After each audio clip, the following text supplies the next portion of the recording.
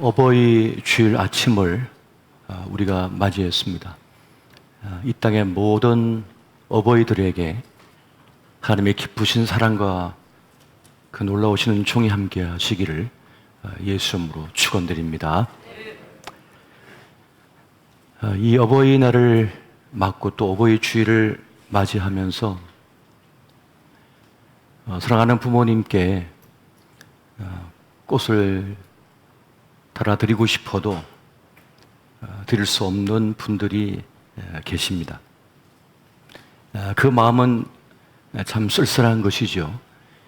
이제 좀 효도할 만하고 이제 좀 섬길만 한데 그만 떠나버리셨던지 아니면 병상에 오래 계셔서 제대로 섬기지 못하는 그 자식된 마음이 있는 것입니다. 하지만 곁에 계시지 않든지 부모님의 그 얼굴을 떠올려 보면 참 마음이 따뜻해지는 것을 느끼게 됩니다. 또 힘겨울 때 늘 힘내라 하셨던 그 어머니 아버지의 모습을 생각해 보면 다시 힘이 솟아나는 것을 경험하게 됩니다. 어릴 적 어머니의 모습을 기억해 보면 늘 새벽녘에 정한수를 마당 한가운데에 떠놓고 기도하셨던 그 모습이 기억에 납니다. 그때는 아직 예수님을 믿지 않은 때라 천지신명께 이 사발로 된 그릇에 이제 물을 떠놓고 이렇게 두 손을 빌면서 이렇게 기도를 하셨어요. 이런 새벽에 일어나서 화장실을 가려고 깨보면 늘 이런 새벽인데 그렇게 기도하신 뒷모습을 보았습니다. 나중에 예수님을 영접하고 나서는 그렇게 교회에서 또 잠자리에 제일 먼저 일어나면 그렇게 하나님 아버지께 육남매를 위하여 기도하셨던 그 모습을 기억하게 됩니다. 러시아와 우크라이나의 전쟁이 여전히 진행 중입니다. 전쟁으로 두 나라뿐만 아니라 이 지구 전체가 지금 위기에 직면해 가고 있습니다. 세계 곡물 시장에 막대한 영향을 끼치고 있고 또 유가가 치솟고 있는 그러한 모습을 우리가 보고 있습니다. 가난한 국가들은 어찌할 수가 없어서 지금 소요 사태까지 일어나는 그런 영향을 받고 있는 것을 보게 됩니다. 모두가 싫어하는 전쟁입니다. 그러면 이 땅에서 그 전쟁을 가장 싫어하는 사람은 누구일까요? 어머니입니다. 어머니에게 전쟁은 어떤 명분을 내세운다 할지라도 그것은 악입니다. 사랑하는 자식을 앗아가는 일이 될 수 있기 때문에 그렇습니다. 이 땅에 살아가고 있는 수많은 사람들은 모두 다 누군가의 자녀입니다. 그 자녀를 잃을까 노심초사하는 것이 바로 어머니인 것입니다. 프랑스의 파나가 조르주 루오에 어머니들이 미워하는 전쟁이라고 하는 판화가 있습니다. 그의 많은 작품들 가운데 미제레가 있는데 이 미제레라고 하는 말은 주여 나를 불쌍히 여기소서라고 하는 말입니다. 그 판화 시리즈 가운데 이 작품이 있는 것입니다. 그냥 보면 이 작품은 전쟁과 무슨 상관이 있겠는가 하는 생각을 가집니다. 어머니의 무릎 위에 한 아이가 앉아 있습니다. 아이는 엄마 무릎이 마치 기도단인 것처럼 그 위에 무릎을 꿇고 있는 것입니다. 그림을 보여주세요. 고개를 숙이고 있는 어머니는 지극히 눈을 감고 있습니다. 그리고 어머니의 손은 아이의 허리께에 머물고 있습니다. 어둠 속에 있는 어머니와 달리 아이의 몸에는 환한 빛이 드러나 있는 것을 보게 됩니다. 마치 아이 속에 있는 어둠을 이 어머니가 다 빨아들인 것처럼 그렇게 보여지고 있는 것입니다. 이것이 바로 어머니의 마음이 아닐까 하는 생각이 듭니다. 나는 망가지고 부서져도 내 자식만큼은 살려내고 싶은 것이 바로 부모의 마음인 것입니다. 아이의 아픔, 슬픔, 어둠을 다 빨아내고 싶은 거예요. 그 마음속에 있는 멍도 다 닦아내고 싶은 거예요. 그 영혼 속에 들어가 있는 독도 다 빨아내고 싶은 거예요. 그것이 내 몸을 망가뜨린다 할지라도 그렇게 살려내고 싶은 것이 바로 어머니의 마음이요, 아버지의 마음이 되는 것입니다. 형 에서에 비해서 연약하고 부족해 보였던, 또 자신을 지킬 힘이 없어 보였던 이 야곱을 어머니 리브가는 안타깝게 여겼습니다. 그래서 아버지가 그 에서에게 향하는 복을 가로채서 그 연약하고 약한 야곱에게 주고 싶었습니다. 그렇게 그 축복을 도둑질합니다. 이것을 두려워하는 야곱에게 결혼한 어머니 리브가가 말합니다. 이 저주는 내가 받으마. 하나님의 저주는 내가 받을 것이니 하나님의 복은 네가 받아라. 이것이 어머니의 마음인 것입니다. 그렇게 볼 때 이 어머니의 가장 큰 슬픔은 자식의 죽음을 끌어안는 것입니다. 선지자 예레미야는 이렇게 말합니다. 여호와께서 이와 같이 말씀하시니라. 라마에서 슬퍼하며 통곡하는 소리가 들리니 라헬이 그 자식 때문에 애곡하는 것이라. 그 자식이 없어져서 위로받기를 거절하는도다. 미켈란젤로의 피에타가 있습니다. 피에타란 말은 슬픔, 비탄이라고 하는 뜻입니다. 이 피에타 조각은 십자가에 내려진 예수님을 그 어머니 마리아가 끌어안고 있는 조각입니다. 바로 자식의 죽음을 끌어안고 있는 것이 비탄이요, 슬픔이라는 것입니다. 오늘 본문에서 말씀하고 있는 바는 바벨론 포로로 끌려가고 있는 이스라엘의 아들, 딸들을 향하여 주님께서 주시는 메시지입니다. 그러면서 라헬이 울고 있다 이렇게 말씀을 합니다. 만삭의 몸으로 고향을 떠나 남편 야곱과 함께 길을 가던 라헬은 그만 아기를 낳고 죽습니다. 베델과 에브라 사이 어딘가에 그 길에서 상고를 겪다가 아이를 낳고는 죽게 된 것입니다. 자기에게 죽음이 음습했다고 한 사실, 이제 이 아이와 더 이상 함께 할 수 없다고 한 사실, 이 아이에게 적을 먹일 수가 없다는 사실, 이 아이가 성장하는 것을 바라볼 수 없다고 한 그 사실 앞에서 라헬은 큰 고통과 슬픔 속에 들어갑니다. 그래서 그 아이를 향하여 베노니, 슬픔의 아들이라고 하는 그런 이름을 부릅니다. 젖 한 번 물리지 못하고 자식을 두고 떠나야 하는 어머니, 그 비통함이 그 이름 속에 녹아 있는 것입니다. 이것을 본 아버지는 혹시 아이의 인생에 아픔이 될까 싶어 베냐민이라고 이름을 바꾸죠. 이것이 또한 아버지의 마음인 것입니다. 자식으로 인하여 눈물을 흘리고 있는 어머니들이 있습니다. 이런저런 사고로 자식을 하루아침에 잃어버린 이들이 있습니다. 그래서 5월은 가정의 달이 아니라 슬픔의 달이요, 고통의 달이 되고 있습니다. 그렇게 참담한 시간을 보내고 있는 이들은 위로받기를 거절하고 있는 라헬인 것입니다. 우리는 다윗을 성공적인 삶을 살아온 그러한 위대한 믿음의 영웅으로 생각을 하고 있습니다. 목동이었던 소년이 이스라엘 통일 왕국의 왕이 됩니다.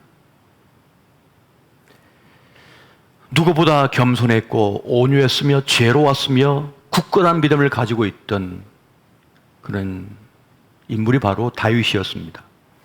가장 높은 자리에 올랐다가 가장 비참한 자리에 내려가기도 했습니다. 그 다윗에게 있어서 가장 큰 슬픔은 사울 왕에게 쫓겨 도망 다닌 것이 아니었습니다. 왕권의 도전을 받아 자기 다윗성을 버리고 쫓겨가던 그러한 수모의 시간이 아니었습니다. 자신이 가장 사랑했던 자식들이 죽는 것이었습니다.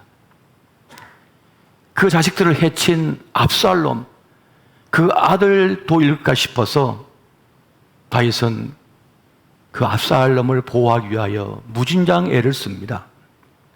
하지만 그 아버지의 마음을 몰랐던 압살롬은 도리어 아버지에게 대적하고 그리고 반란을 모의하고 반역을 꾀합니다. 그렇게 악하고 불순종한 아들이었음에도 다윗은 그 압살롬을 보호하기를 원했습니다. 결국 압살롬의 반란이 진압되었다는 소식을 들었을 때에 그 소식을 전하는 병사에게 다윗은 두 번이나 이렇게 말합니다. 내 어린 압살롬이 평안하냐?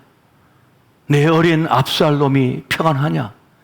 이미 장성하여 어른이었고 용맹스러운 장소가 되었건만, 반역자가 되었건만 여전히 그에게는 내 어린 아이 압살롬은 무사하냐? 라고 묻고 있는 것입니다. 그에겐 반란을 일으킨 대적이 아니라 여전히 연약하고 어린 자식이었던 것입니다.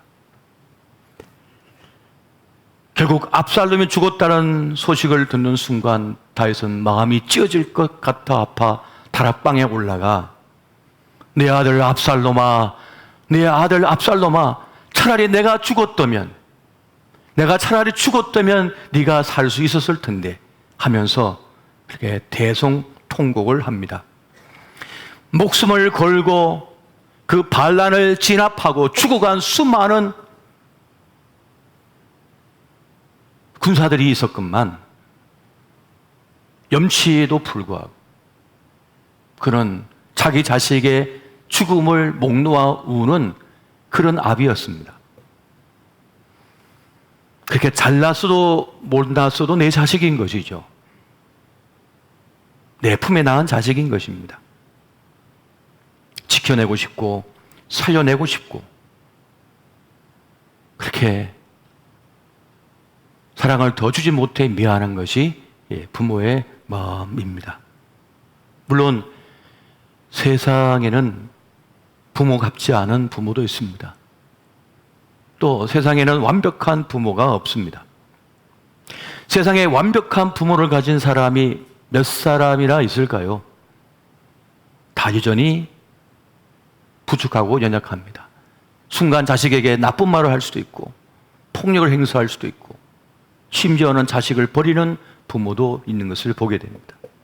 자기 행복과 자기 이기적인 성공을 위하여서 가족을 내팽겨 쳐준 아버지도 있습니다. 어머니도 있습니다. 그렇게 세상에는 부모답지 못한 부모도 있는 것이 사실입니다. 자녀에게 고통스러운 기억을 안겨주고 씻을 수 없는 상처를 남겨주고 사랑받고 보호받아야 할 부모에게 도리어 상처받고 버림받은 아이들도 있는 것이 사실입니다. 부모는 자녀에게 우주라고 했습니다. 부모는 아이에게 생명의 시작이며 생존의 기반이 되는 존재입니다. 부모는 아이에게 세상이 무엇인지를 제일 먼저 경험시키며 알려주는 바로 그러한 존재입니다. 그래서 부모에게 사랑받고 존중받고 인정받고 신뢰받는 받는 느낌을 받은 그 아이는 세상이 참 살만하다는 생각을 가진다고 합니다. 그렇게 아이를 향한 무조건적인 부모님의 지지와 신뢰, 사랑은 그렇게 받아들여짐은 세상을 능히 이길 힘과 용기를 아이가 갖게 합니다. 그렇게 부모의 사랑은 아이에게 높은 자존감, 자기 효능감을 경험시키는 것입니다. 그래서 자기 확신, 자기 신뢰 속에서 그 기반 속에서 터 위에서 든든히 성장하게 되는 것입니다. 나를 이렇게 사랑하고 아껴주는 것을 보니까 나 참 괜찮은 사람인가 본데 하는 것을 스스로 무의식 속에서 경험하게 된다는 것입니다. 엄마가 나를 이렇게 아껴주니, 아빠가 나를 이렇게 아껴주니 다른 사람도 나를 아껴줄 거야. 내 삶이 이렇게 평안하니 앞으로 내 인생도 평안할 거야 하는 기대감, 그런 긍정적인 생각을 품고 살아가게 된다는 것입니다. 그렇게 엄마 아빠의 관계가 안정적이고 건강하면 아이도 안정적으로 건강한 정신과 마음 그리고 몸을 가지고 살아가게 됩니다. 비록 한쪽 부모가 제 역할을 하지 못한다 하더라도 한쪽 부모가 어머니든지 아버지가 끊임없는 사랑으로 품어주고 안아주고 그를 위해 희생할 때 그 아이는 반쪽 사랑이라도 그걸 통하여서 자기의 위기를 극복하고 이겨내는 그러한 사람으로 자라게 된다는 것입니다.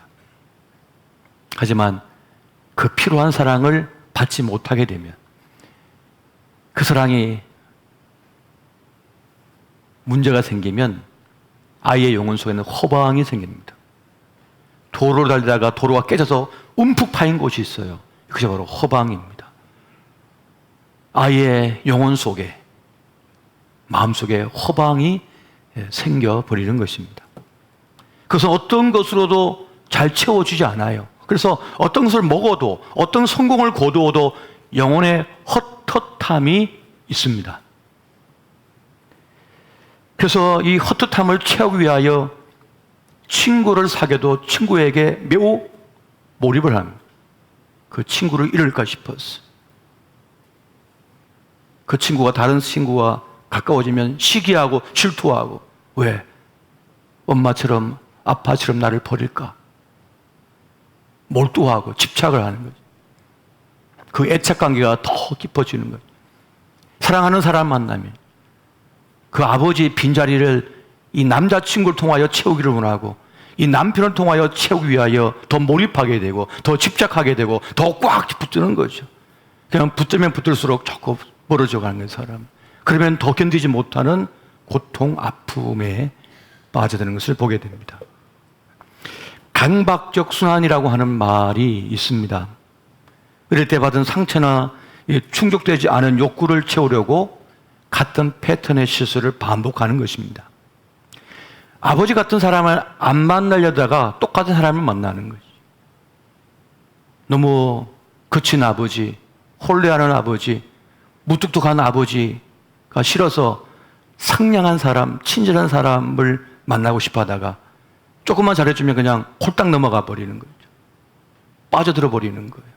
그런데 몇 년 살아보니까 똑같아요. 처음이니까 잘해줬던 거예요.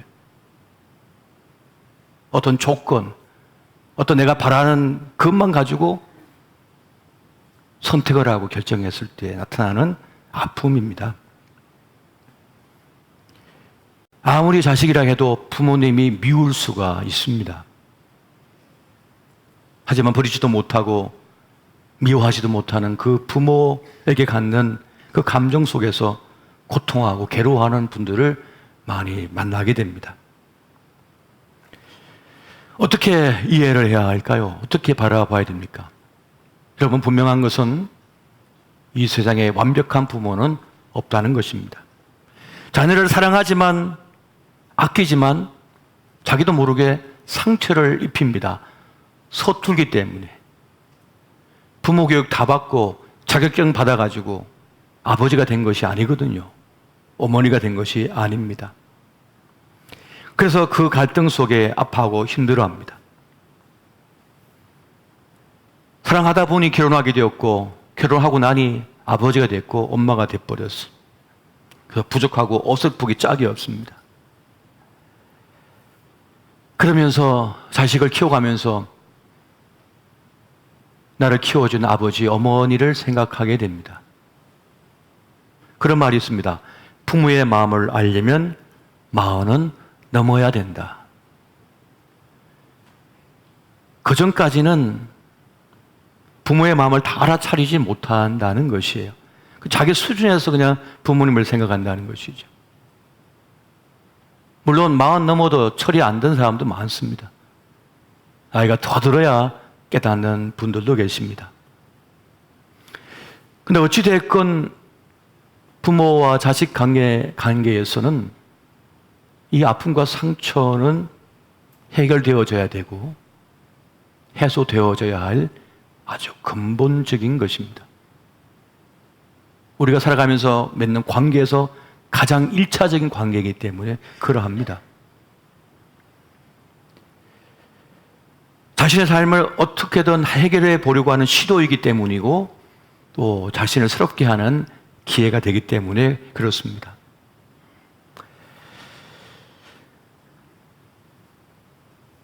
부모가 나에게 어떤 영향을 주었는지도 우리가 알아야 되지만 더 중요한 것은 내 부모님이 어떠한 형편과 상황 속에 있었는지를 생각해 볼 수가 있어야 된다는 것입니다.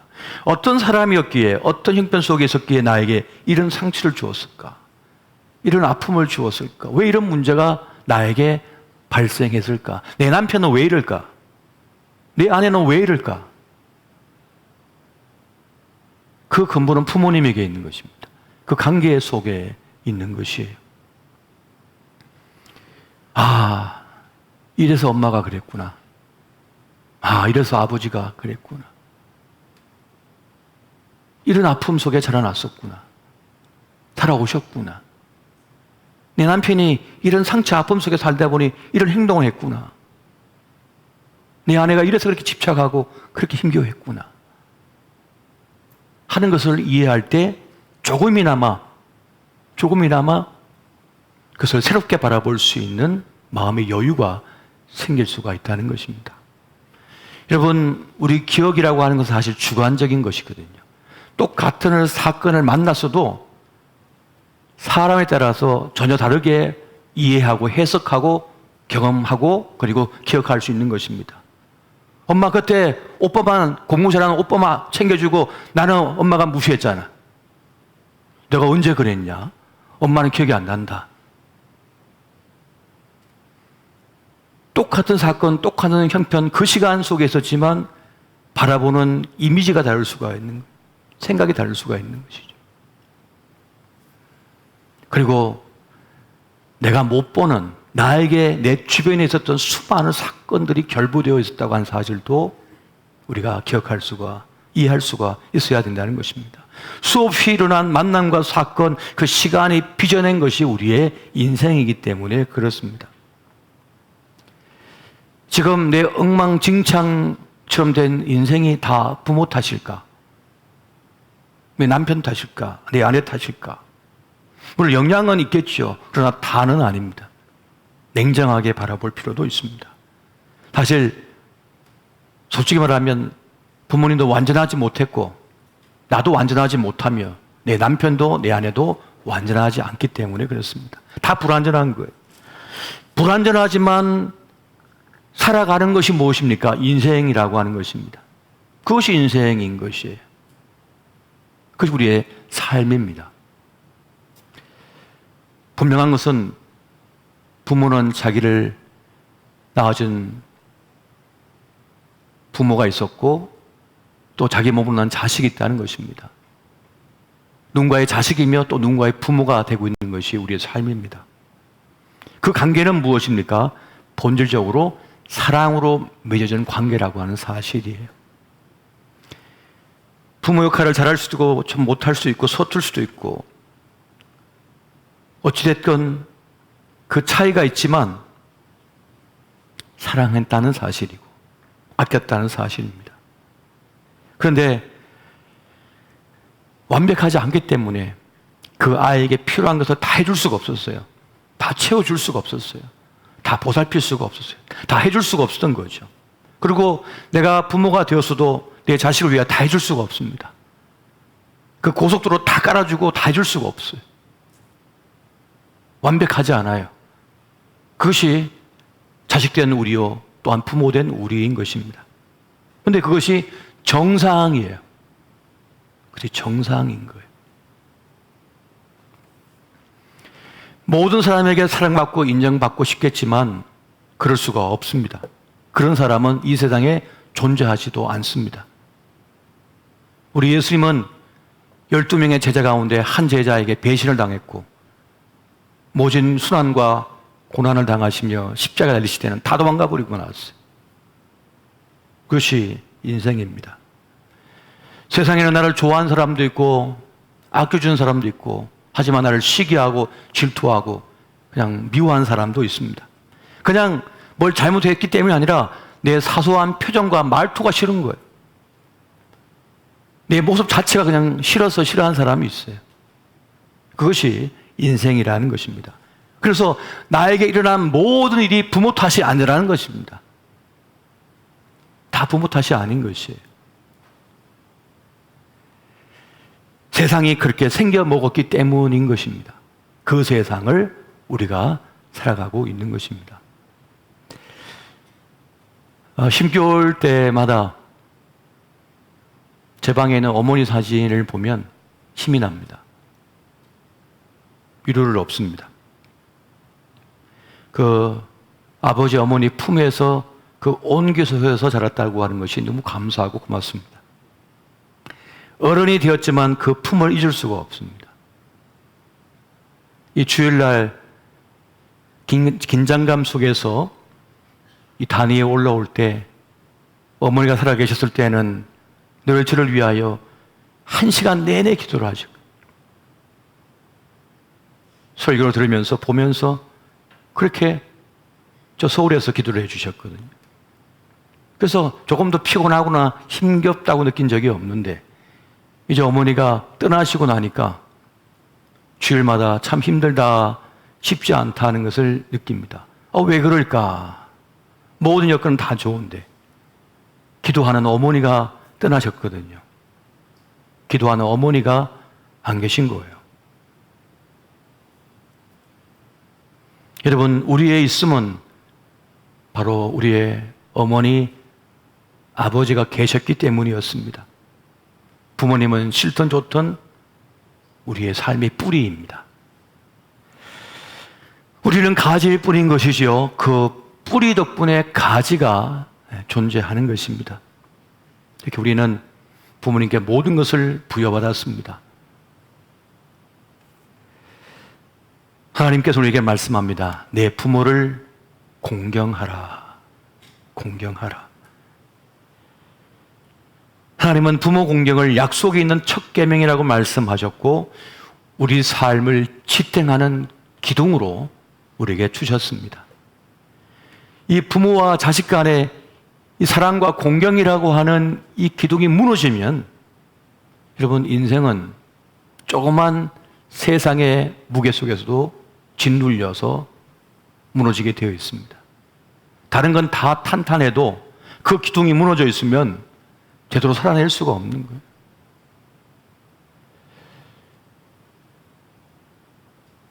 지금도 여전히 이 세상에는 수많은 상처 입은 이들이 있습니다. 그 상처의 이유가 부모인 경우가 있습니다. 아픔인 경우가 많습니다. 하지만 그 관계를 회복하고 그것이 어루만져지고 치유될 때 우리는 우리의 삶을 제대로 살아낼 수가 있게 되어지는 것입니다. 한 번은 자식을 버리고 도망쳐 버린 어머니를 상담한 적이 있습니다. 이 남편하고 살다가 난 죽겠다. 이 자식들을 키우다가 내가 내 인생 망가지겠다. 하면서 자기 성공을 위하여 떠나버린, 가정을 버린 그 어머니를 만나 상담한 적이 있습니다. 그런데 한 번도 자식 곁을 떠난 적이 없대요. 늘 주변에 어성거림, 소송이었다는 거예요. 그 아이가 자라날 때, 학교 들어갈 때, 소풍 갈 때, 먼 발치에서 지켜보고 있었다는 거죠. 끊임없이 기도했대요. 다른 남자 만나서 행복한 중에도 자기가 버렸던 자식, 자기가 포기했던 자식 잊지 못한 채 계속 기도했답니다. 왜 그럴까요? 자기 품속에서 자기 일부였던 아이가 나온 것이거든요. 그래서 어머니의 기도는 멈추는 법이 없는 것입니다. 이 어버이 주일을 맞이해서 오늘 우리는 우리의 자녀를 위한, 우리의 부모를 위한 기도를 결코 멈추지 말고 기도의 자리를 지켜내야 할 것입니다. 오늘 주님께서 이렇게 말씀합니다. 여호와께서 이와 같이 말씀하시니라. 내 울음소리와 내 눈물을 멈추어라. 내일에 삭슬 받을 것인즉 그들이 그의 대적의 땅에서 돌아오리라. 여호와의 말씀이니라. 너의 장래에 소망이 있을 것이라. 너의 자녀가 자기들의 지경으로 돌아오리라. 여호와의 말씀이니라. 오늘 그렇게 기도하는 어머니, 기도하는 아버지, 그렇게 기도를 멈추지 않는 주님의 사람 되시기를 예수 이름으로 축원드립니다.